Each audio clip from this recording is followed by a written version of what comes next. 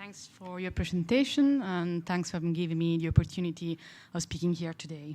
So I'm going to present our study on tools for final disposition of patients with pulmonary embolism in the emergency department. It's not, okay. So as the background of our study, we know from current guidelines that it is mandatory to stratify the patients with acute pulmonary embolism for their mortality risk in the moment of diagnosis.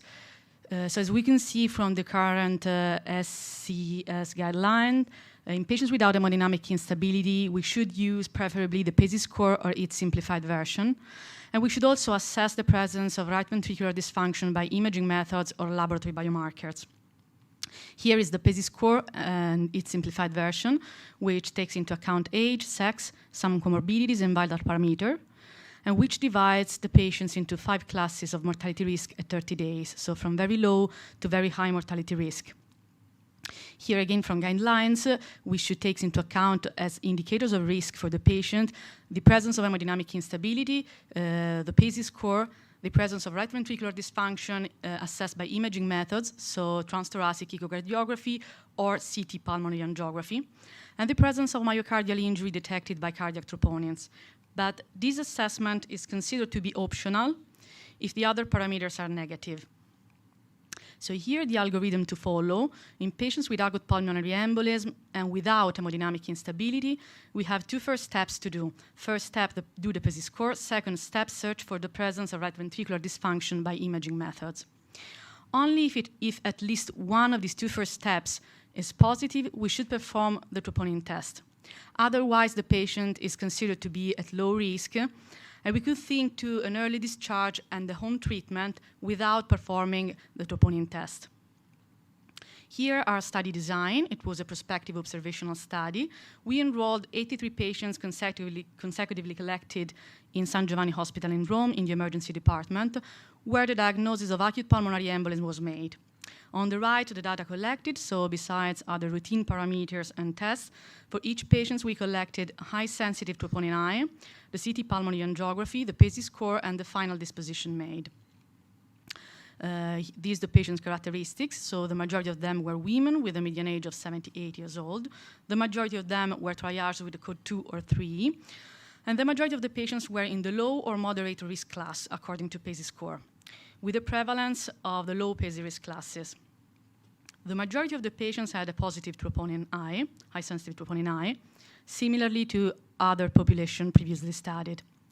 So we compared the PASI risk class with high-sensitive troponin I, both considered as a continuous numeric variable or the positive negative.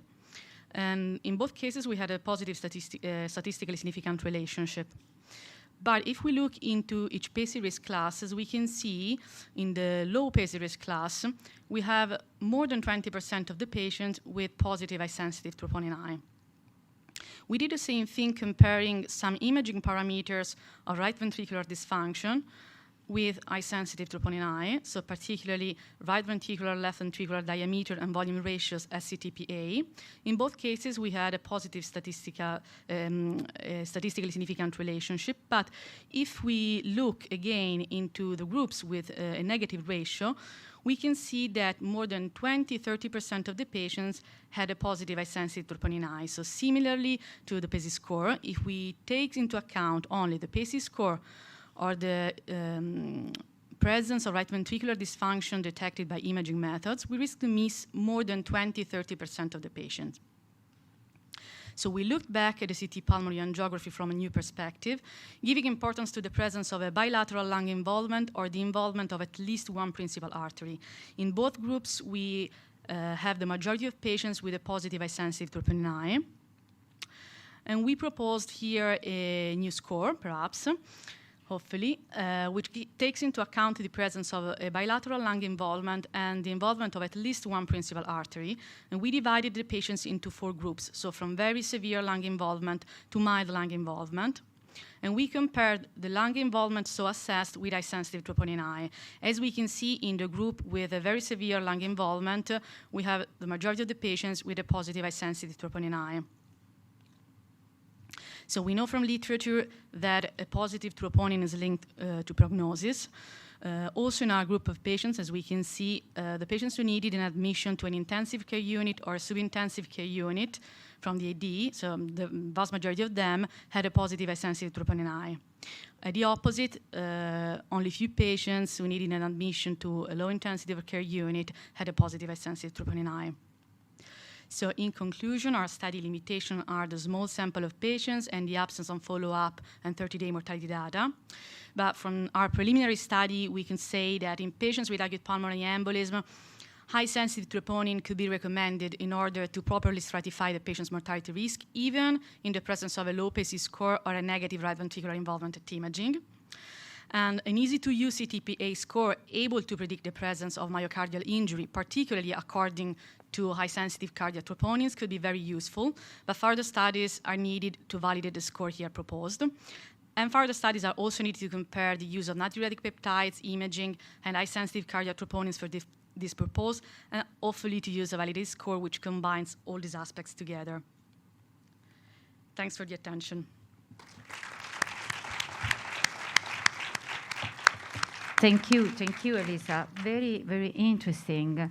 And a small patient sample, it could be a good occasion, situation, this to have a prospective multi-center study together with the other colleagues.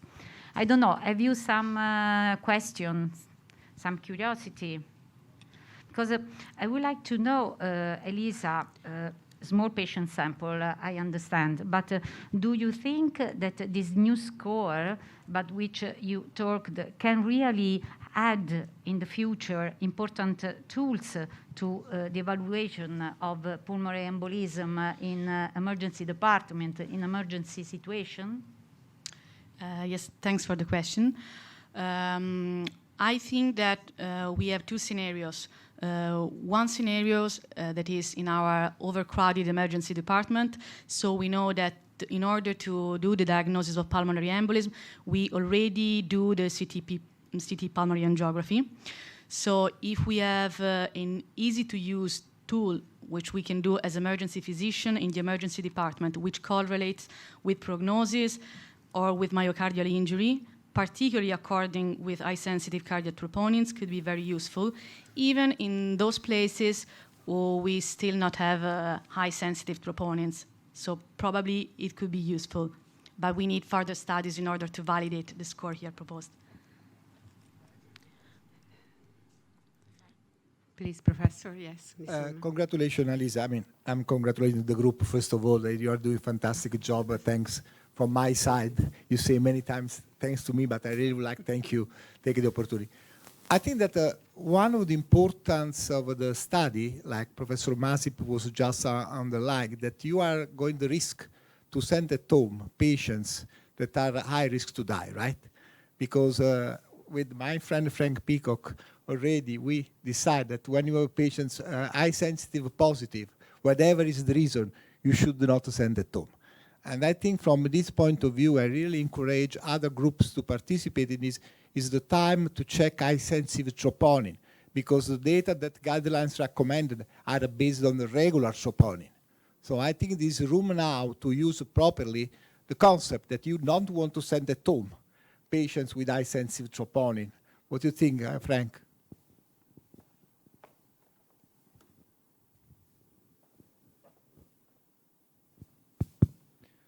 So we did a prospective emergency department pulmonary embolus discharge study 3 or 4 years ago, which at the time was considered very radical. But we did not use the PESI score. There are things in PESI you can't know in the ER, like the history of cancer and all that sort of stuff. And also, we're going to keep all the sick ones. People with big PEs, people with saddle embolus, they're not going home, even if they look great. And we use a score called Hestia. And the advantage of Hestia is it's only for well people. It's not for the sick ones, because I'm keeping all the sick ones. And we excluded everybody from our trial if they had an elevated troponin, because I agree with Sal. If the troponin's even the slightest bit elevated in the center of PE, they're sick, and you got to decide what you're going to do for them. But great study, and like she said up there, I'll be part of a prospective evaluation with you one of these days.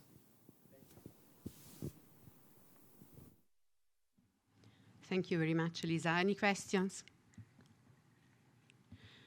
No? So I think that we can move on with the first presentation.